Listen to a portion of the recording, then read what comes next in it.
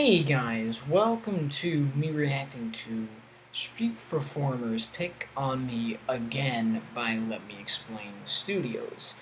Now, I actually did not expect her to make another upload because I heard she came down with COVID-19, so yeah, I was not expecting that. Maybe this was like a scheduled post, but I don't know. I wouldn't think so. But, yeah. Anyways, guys, urging in the description, make script and let me explain. Studios and success in the description. Let's get right into it now.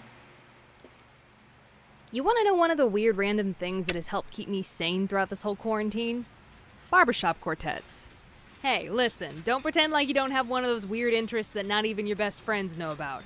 We all have one. I just choose to bring up mine to millions of people. But seriously, Okay. barbershop quartets. Hear me out for 2 seconds. It's basically a bunch of the most dad-looking guys pitch perfectly singing parody Disney songs with jokes and the occasional tap dance thrown in. Oh, yeah. So, you know, it's amazing. Oh, These yeah. guys in particular are called Main Oh, Street, and they're all they dapper weren't- dans yeah, from those aren't Disney bad. World. Disney World, street performers, cheap segways. I do believe this means we have a sequel on our hands. Welcome to Disney Street Performers Pick on Me 2. Although I'm probably gonna call the video something different in the title so the algorithm doesn't flag me as for kids.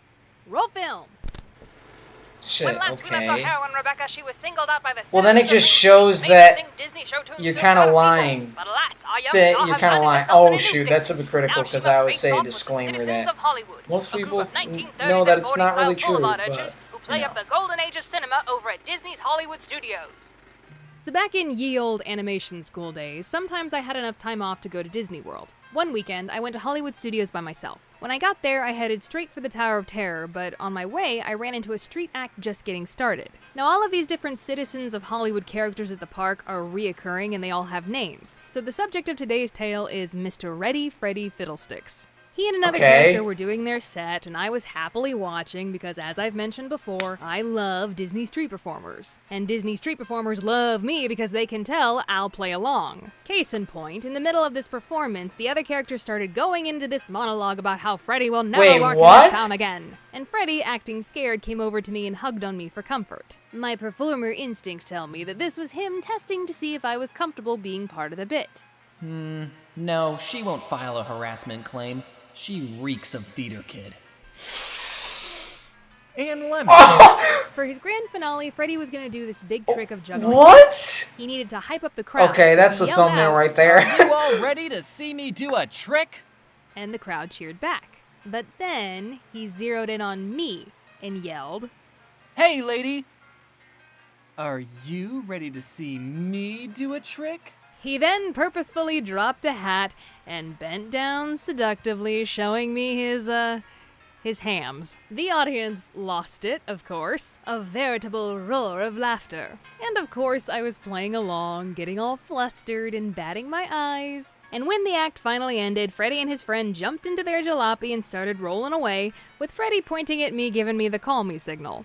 Ah, how delightful. Disney magic, 10 out of 10. But it doesn't end there. After Huh? the act was over, I got in line for Okay. the Tower of Terror. Back then, I always carried around a sketchbook and pencils with me, so as I was waiting, I was trying to draw Ready Freddy Fiddlesticks from memory. And I was getting a little bit frustrated because I couldn't quite remember the details of his costume, but I made my half-finished sketch and rode the ride. Okay. When I got off, however, you'll never guess who was outside doing a bit with two new characters.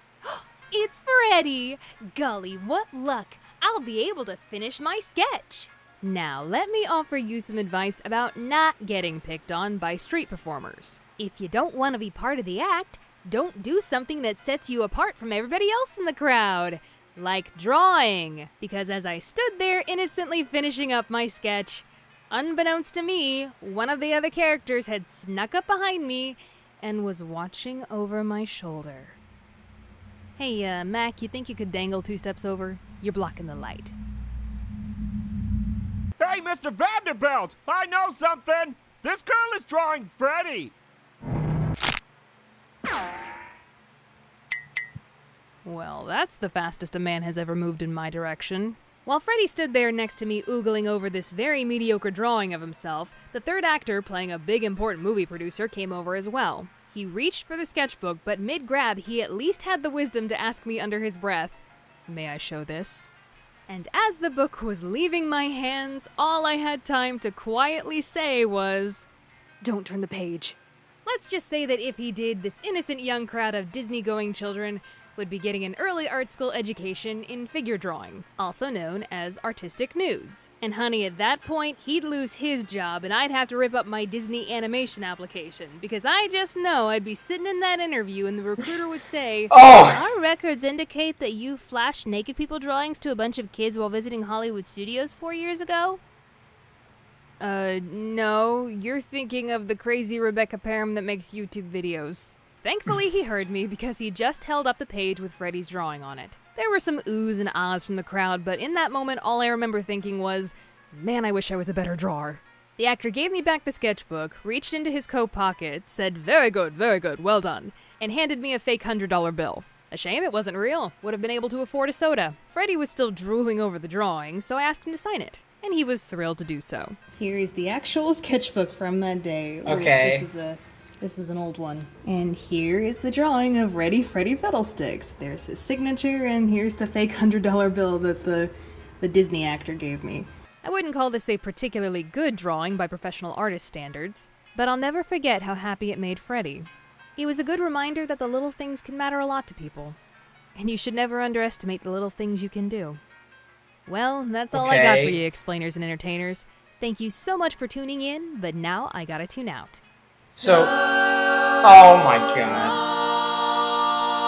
Boop. What? Okay, I kind of like that. That was good. So, yeah, honestly, I enjoyed this video. I liked it. But, yeah, I didn't really get the bit, like, how they kind of knew it. So, yeah, because I guess it's like improv entertainers, I guess. Like street performers, like, improvising. So, yeah, okay. Yeah, honestly, this wasn't actually that bad. I enjoyed it. The animation was good. I liked it.